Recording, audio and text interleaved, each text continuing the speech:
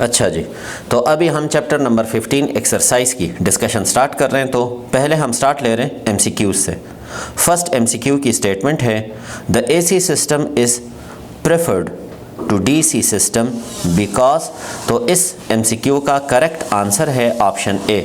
Option A में लिखा हुआ है कि AC voltage can be easily change in magnitude. बाकी जो हमारे पास बी, सी और डी ऑप्शन है, तो उसको जब आप रीड करेंगे, चैप्टर ऑलरेडी कंप्लीट हो चुका है, आपको खुद बहुत अंदाज़ा हो जाएगा कि हाँ बाकी ऑप्शंस गलत हैं। अच्छा जी, MCQ number 2, a capacitor is perfectly insulator for option A DC current. Direct current के लिए कैपेसिटर हमारे पास एक परफेक्ट इंसुलेटर की तरह काम करता है। ये चैप्टर की डिस्कशन में ये बात ऑलरेडी आपको मैंने मैथमेटिकली साबित कर दी। MCQ number 3, the peak value of alternating current is 5 into √2 ampere. The mean square value of current will be. तो आप ऑलरेडी जानते हैं mean square value of current हम इस तरह से लिखते हैं I square max divided by 2। I square max की वैल्यू गिवन है, उस पर स्क्वायर अप्लाई कर लें, 2 पे डिवाइड कर लें, तो आपके पास आंसर आ जाएगा 5 स्क्वायर एम्पेयर स्क्वायर। तो इसका करेक्ट आंसर है एमसीक्यू नंबर 3 का ऑप्शन डी, 5 स्क्वायर जिसमें लिखा हुआ है। तो मीन स्क्वायर करंट क्या होता है, ये भी चैप्टर अगर आप लोगों ने तवज्जो से देख लिया है तो बिल्कुल आपको अंदाज़ा होगा कि मीन स्क्वायर करंट क्या होता है। MCQ number 4, in choke coil the resistance of inductor is greater than the resistance of resistor.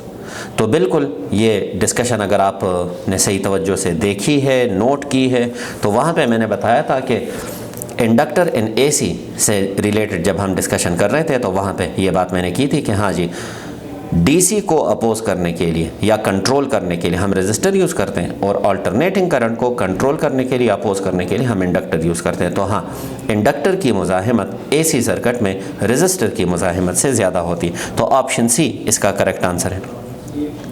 MCQ number 5 smart syllabus के मुताबिक कोर्स का हिस्सा नहीं है। MCQ number 6, in AC system we generate sine wave form because। तो option B इसका correct answer है, because it produce least disturbance in electrical circuits.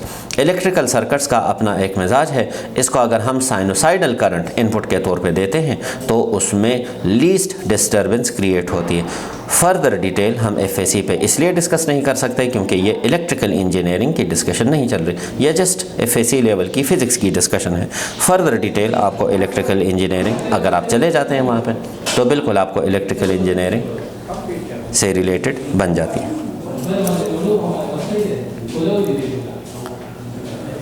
अच्छा जी, नेक्स्ट हमारे पास है एमसीक्यू नंबर 7। तो ये भी सिलेबस का हिस्सा नहीं है स्मार्ट सिलेबस के मुताबिक। MCQ number 8, N alternating voltage is given by 20 sin 157t the frequency of the alternating current. तो अल्टरनेटिंग करंट यहाँ पे गिवन है 20 sin 157t। हम इसको जो एक्चुअल फार्मूला है करंट का, अल्टरनेटिंग करंट, उसके साथ जब कंपेयर करते हैं तो ओमेगा की जगह लिखा हुआ है 157। तो ओमेगा है 157 के बराबर, ओमेगा होता है 2πf के बराबर। यहाँ से जब हम फ्रीक्वेंसी की कैलकुलेशन करेंगे तो 25 हर्ट्ज़ आंसर मिल जाएगा। तो ऑप्शन बी इसका करेक्ट आंसर है।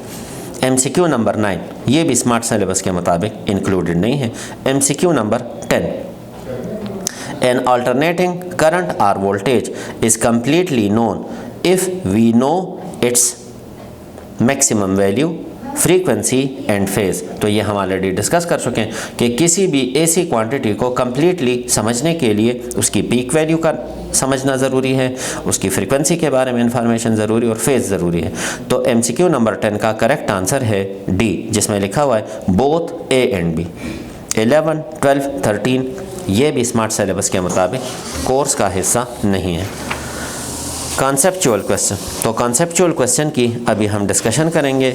इसमें हमारे पास तमाम कॉन्सेप्चुअल क्वेश्चन मौजूद हैं, सिलेबस के मुताबिक हैं। बस सिर्फ आखिरी जो कॉन्सेप्चुअल क्वेश्चन है जिसमें ईसीजी के हवाले से डिस्कशन है, ये सिलेबस का हिस्सा नहीं है।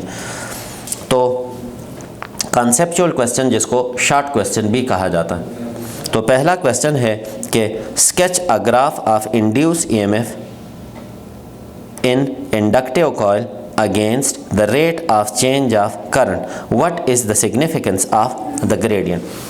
तो हम ऑलरेडी ये डिस्कशन कर चुके हैं जब इंडक्टर इन एसी हमने डिस्कस किया था कि जो इंड्यूस ईएमएफ है सेल्फ इंडक्शन के मुताबिक वो rate of change of current के साथ डायरेक्टली प्रोपोर्शनल है। जब भी दो चीज़ें डायरेक्टली प्रोपोर्शनल होती हैं तो उसका ग्राफ हमारे पास स्ट्रेट लाइन बनता है। तो स्लोप का फार्मूला यकीनन आप लोग जानते हैं, फर्स्ट ईयर में भी इसकी डिस्कशन मौजूद है।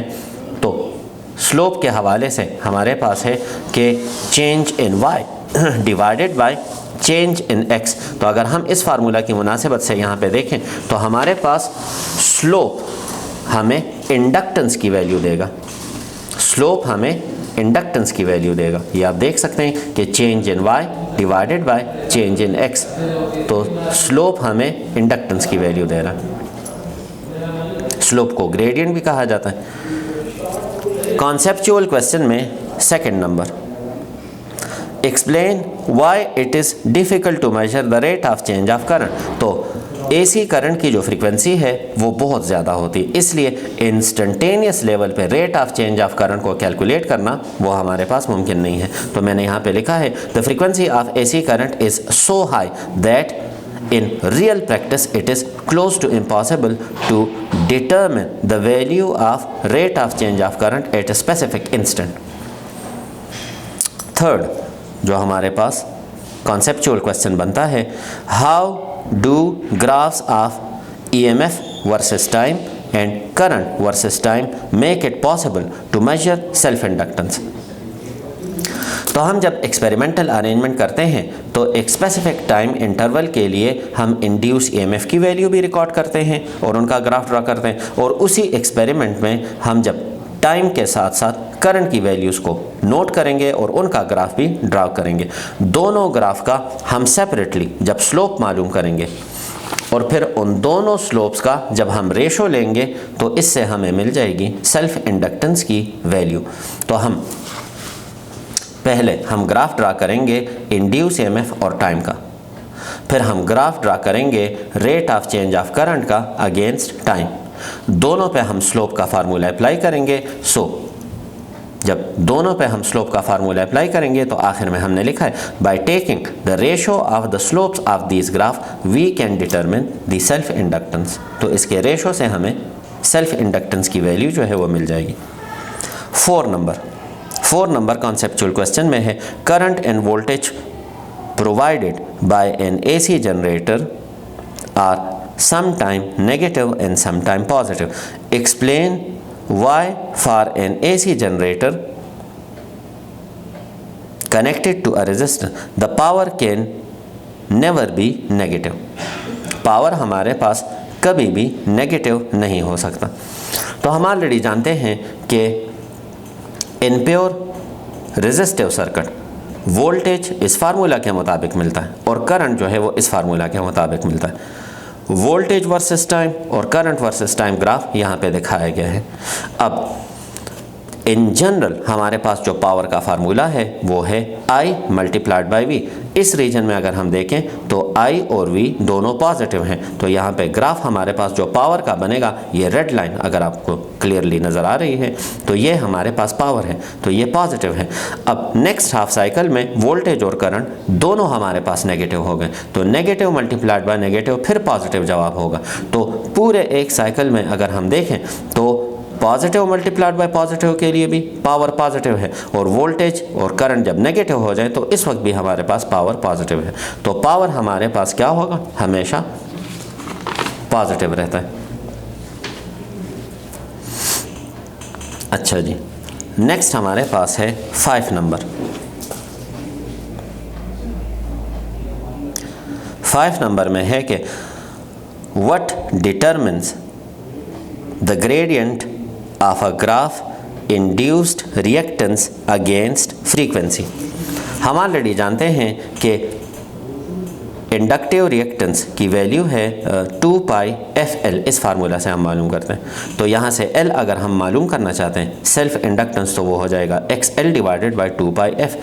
1/2 पाई ये हमने लिख लिया बाहर, और XL डिवाइडेड बाय F। तो हमारे पास ये XL डिवाइडेड बाय F यानी फ्रीक्वेंसी, ये क्या है, slope of XL versus frequency, यानी inductive reactance versus frequency graph अगर हम बनाएं तो ये उसका स्लोप रिप्रेजेंट करता है। सो दस the slope of inductive reactance versus frequency ये हमें सेल्फ इंडक्टेंस की वैल्यू बताता है।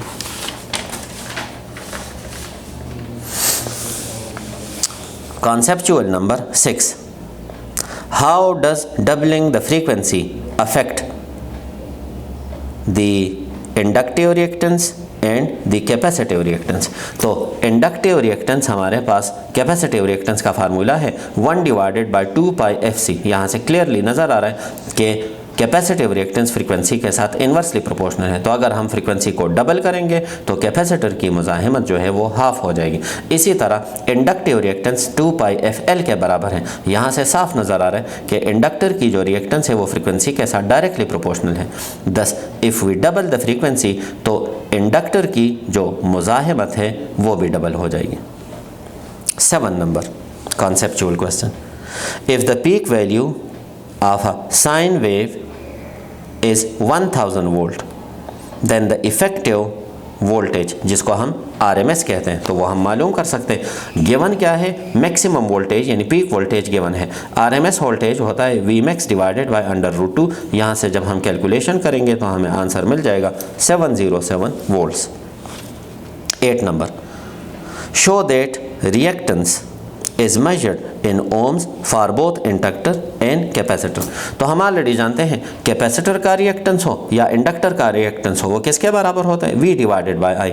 तो अगर 1 वोल्ट हम अप्लाई करते हैं और उसकी वजह से 1 एम्पेयर करंट फ्लो करता है तो फिर वो कैपेसिटर हो या इंडक्टर हो उसका रिएक्टेंस कितना होगा, 1 ओम के बराबर होगा। तो ये तो खैर इंतहाई सिंपल तरीके से आप अंडरस्टैंड कर सकते हैं, वही ओम्स लॉ का फार्मूला है।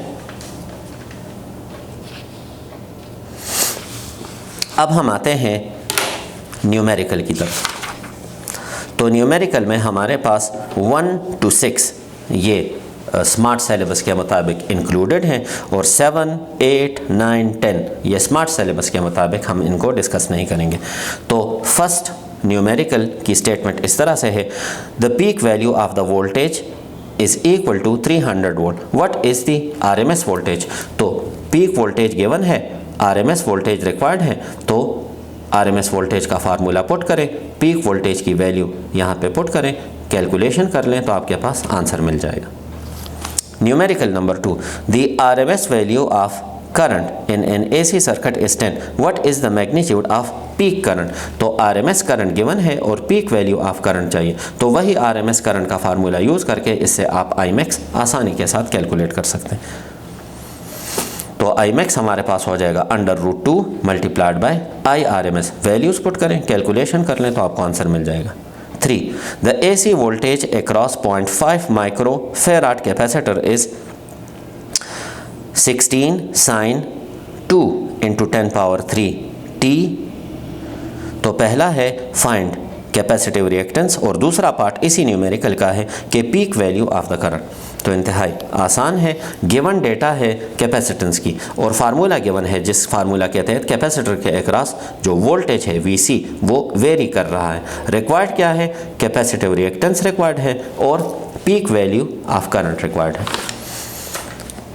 तो जो फार्मूला गिवन है हम उस फार्मूला को स्टैंडर्ड फार्मूला जो हम कैपेसिटर के लिए यूज़ करते हैं उसके साथ हम कंपेयर करेंगे। तो हमारे पास जब कंपैरिजन करेंगे तो हमें अंदाज़ा हो जाएगा कि Vmax जो है वो 16 के बराबर है और ओमेगा जो है वो हमारे पास 2000 के बराबर है, क्योंकि यहाँ पे 2000T लिखा हुआ है। तो ओमेगा T तो 2000 हमारे पास ओमेगा के लिए हो गया। हमारे पास ओमेगा होता है 2πf के बराबर, तो 2πf से आंसर आ रहा है 2000। कैपेसिटिव रिएक्टेंस का फार्मूला है 1 divided by 2πf × C। 2πf की जगह 2000 पुट कर लें और C हमारे पास है 0.5 माइक्रोफेराड। कैलकुलेशन करेंगे तो हमारे पास 1000 ओम इससे आंसर आ जाएगा। कैपेसिटिव रिएक्टेंस होता है V डिवाइडेड बाय I, लेकिन ये जो रेशो है हमारे पास, ये रेशो हमारे पास इक्वल होता है Vmax डिवाइडेड बाय Imax से। तो यहाँ से हमारे पास Imax आ जाएगा Vmax divided by X C V max की वैल्यू 16 है और एक्स सी वो हमने कैलकुलेट कर लिया 1000 के बराबर है। तो कैलकुलेशन से हमारे पास आ जाएगा 16 मिली एम्पेयर, जिसको हम 0.016 एम्पेयर की शक्ल में भी लिख सकते हैं। 16 मिली एम्पेयर या 0.016 एम्पेयर की शक्ल में भी लिख सकते हैं। Numerical number 4। न्यूमेरिकल नंबर 4 की स्टेटमेंट इस तरह से है। A voltage across 0.01 microfarad capacitor is 240 sin 1.25 into 10 power 4 t minus 30 degree. Write the mathematical expression for the current. तो हम ऑलरेडी जानते हैं कि कैपेसिटर में करंट जो है वो वोल्टेज को 90 डिग्री लीड करता है। तो जो भी हमारे पास आंसर आएगा उसके साथ 90 डिग्री एंगल हम आखिर में लाजिमन प्लस करेंगे। तो गिवन डेटा है VC का फार्मूला कि इस तरह से, और हमने डिराइव क्या करना है, expression for current through the capacitor, वो फार्मूला डिराइव करना है। तो VC का फार्मूला गिवन है, लेकिन VC होता है I इंटू XC के बराबर। तो VC की जगह हम पुट करेंगे I इंटू XC। XC जब इधर आएगा तो 240 डिवाइडेड बाई XC हमारे पास हो जाएगा। तो वही बात यहाँ पे दोबारा रिपीट हो रही है कि in case of capacitor I leads VC by 90 degree. तो हमने 90 डिग्री यहाँ पे राइट साइड पे खुद हम ऐड करेंगे, क्योंकि हम ये मैथमेटिकली साबित कर चुके। फर्दर कैलकुलेशन करेंगे। अब XC की वैल्यू हम कहाँ से मालूम करेंगे, 1 डिवाइडेड बाय ओमेगा C। तो जो गिवन फार्मूला है उसमें ओमेगा की वैल्यू अगर हम देखें तो वो किसके बराबर है, 1.25 इंटू 10 पावर 4 के बराबर। तो ओमेगा की जगह 1.25 इंटू 10 पावर 4 पुट करें। कैपेसिटेंस की वैल्यू भी गिवन है, कैलकुलेशन कर लें तो आपको XC की वैल्यू मिल जाएगी 8000 ओम। सो 240 डिवाइडेड बाई 8000 से आपके पास आ जाएगा 0.03, और यहाँ पे जब आप 90 डिग्री ऐड करेंगे सो -30 प्लस 90 से आपके पास आ जाएगा +60। तो ये है हमारे पास फाइनल फार्मूला जिसके मुताबिक करंट जो है वो इस कैपेसिटर में पास होगा। न्यूमेरिकल नंबर 5, इसकी स्टेटमेंट है an inductor with an inductive reactance of 100 microhenry passes a current of 10 milliampere when its terminal voltage is 6.3 volt. Calculate the frequency of the supply. Inductance given है, current given है, terminal potential difference given है। तो हम यहाँ से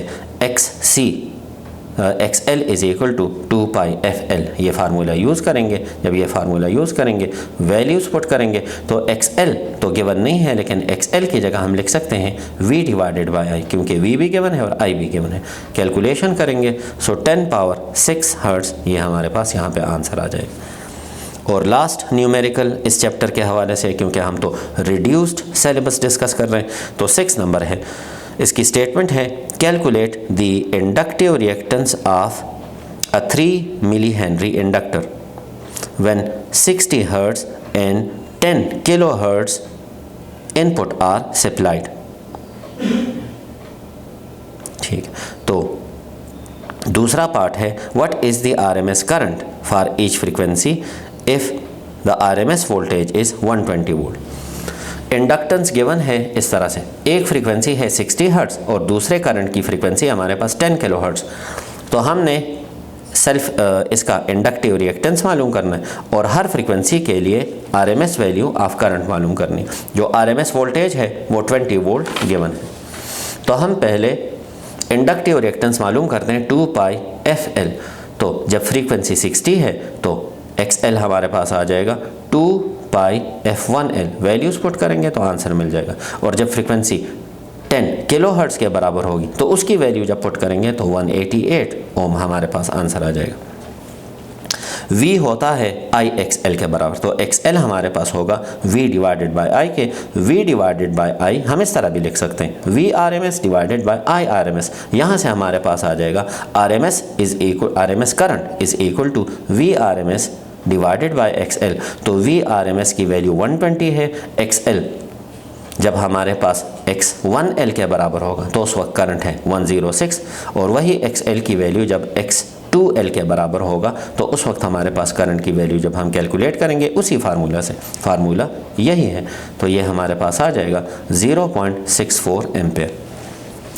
तो यहाँ पे हमारे पास रिड्यूस्ड सिलेबस के मुताबिक जो एक्सरसाइज की डिस्कशन है वो भी यहाँ पे कंप्लीट हो जाती। अब हम फर्दर डिस्कशन करेंगे चैप्टर नंबर 16 की।